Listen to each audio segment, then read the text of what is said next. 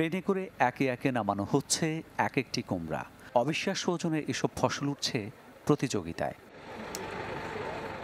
রবিবার এক নতুন ইতিহাসের সাক্ষী হল রাশিয়ার প্রাচীনতম বোটানিক্যাল গার্ডেন অ্যাপোথেকারিস। একটি ষাঁড়ের গড় ওজনের সমান কুমড়ো ফলিয়ে নতুন রেকর্ড গড়েছেন অপেশাদার এক কৃষক। শশার কিছু বীজ সংরক্ষণ করতে গিয়ে চাষের উৎসাহ পাই। এমনিতেই গাছ লাগানো ও পরিচর্যা আমার পছন্দ।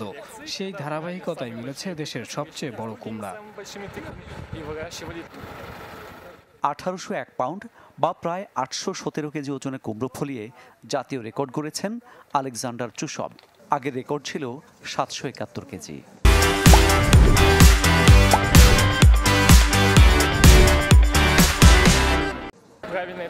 সর্বোচ্চ ফলন পেতে আপনাকে গাছ রোপণ করতে হবে এপ্রিলের প্রথম দিকে।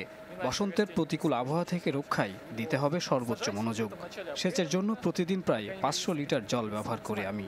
আমার কুমড়ো প্রতিদিন প্রায় 20 কেজি বেড়েছে।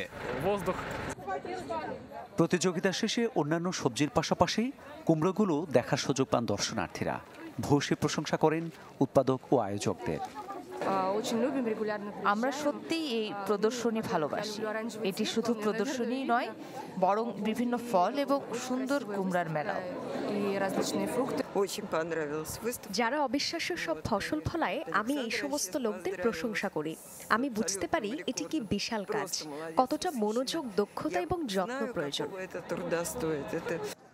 শরৎ উৎসবের অংশ হিসেবে প্রতি বছর অনুষ্ঠিত হয় এই প্রতিযোগিতা।